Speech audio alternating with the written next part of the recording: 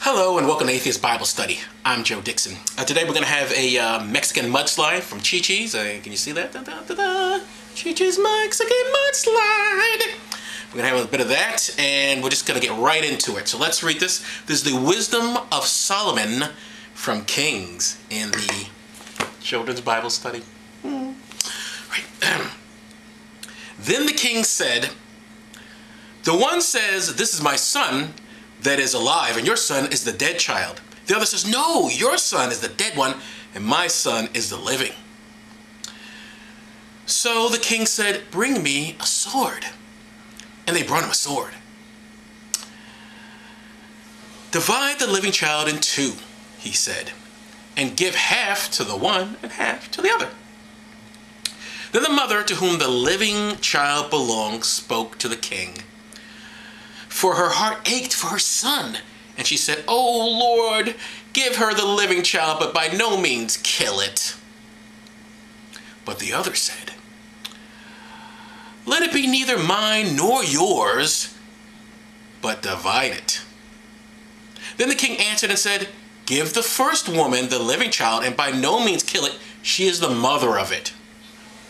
All of Israel heard of the judgment which the king had handed down, and they respected the king, for they saw that the wisdom of God was in him to give judgments." What a beautiful story. Two women come to you, and they go, "This is my baby." No, this is my baby, my baby, my baby. You know what, I'll just cut the damn thing in half. Which one are you for that? And the woman goes, "Oh, don't cut it in half." The other one goes, yeah, cut it in half. And they go like, "All right, you must be the mother."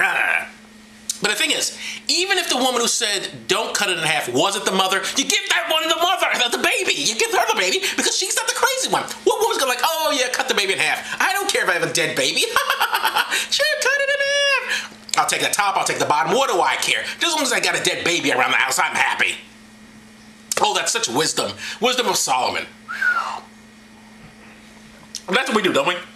We're always looking for wisdom, some supernatural wisdom. There's nothing supernatural about that. He has the wisdom of God in him because he's willing to cut the babies in half. Let's see which woman is for it. That's God's wisdom. All right, but we do look for that. We do look for like wisdom and knowledge from people, and it's very bizarre. Like one of the odder ones for me is the whole Dalai Lama thing. A lot of liberals, which I am, I'm a leftist person. A lot of liberals and a lot of people who are not necessarily or atheists even are big pro Dalai Lama fans, and it makes no sense.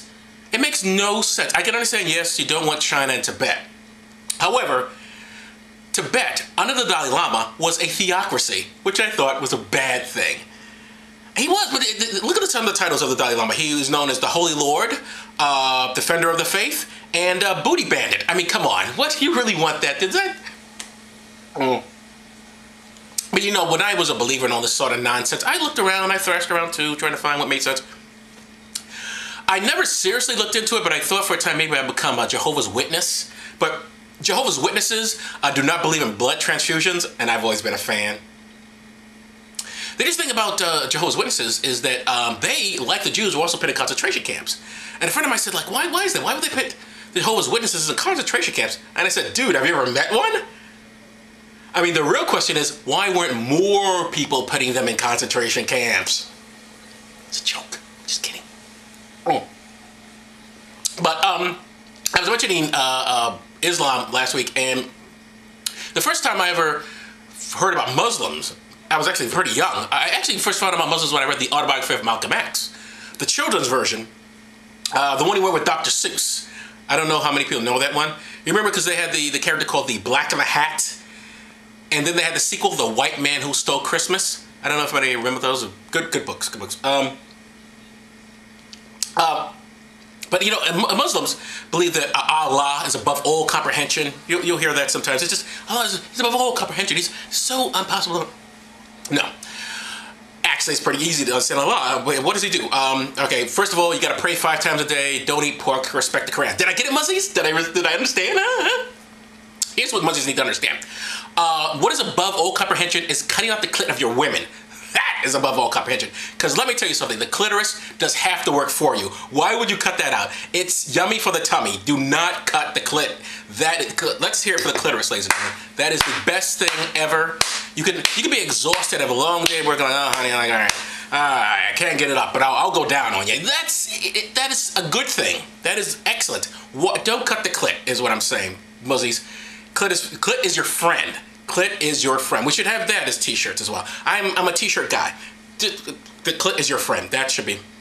And speaking of the genitals of our muzzy friends, female Muslims, of course they're the only ones who can do this, get hymens reattached. Do you know this? They get something called a hymenoplasty.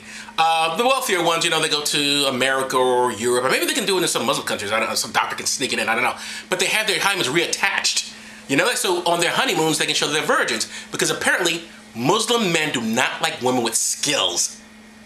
Why would you want to have sex for the first time on your honeymoon? That's horrible. Who wants to have this conversation? Yeah, I know it's called the honey, but you don't actually blow on it. Yeah, I know, but honestly, I'm not gonna pee in your mouth. But, you know, I know the definition of Islam is supposed to be submission, but I like to think of the definition of Islam as always a good time. Like in Afghanistan, they have a law that says a woman who denies her husband sex can be denied food. If you deny your husband sex, you can actually be starved to death. Because I guess the rule in Afghanistan is no Hummer, no hummus. And then, of course, there's always the thing about the burqa.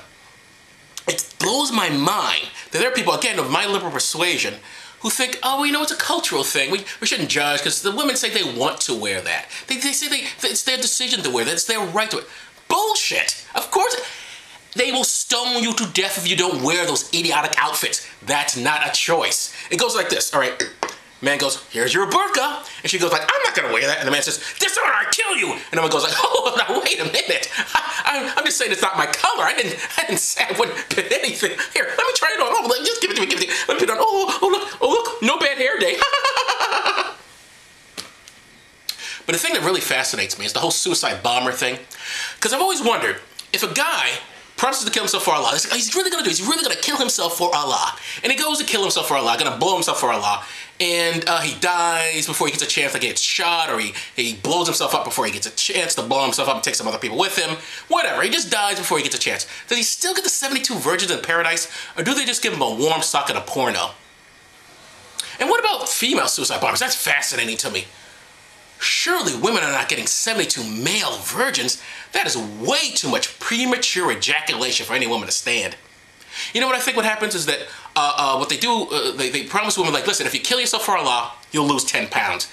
That's, I think, what they say. Like, because how many women were willing to blow themselves up just so they can enjoy a cheesecake in peace? I think that's quite a few. All right, ladies and gentlemen.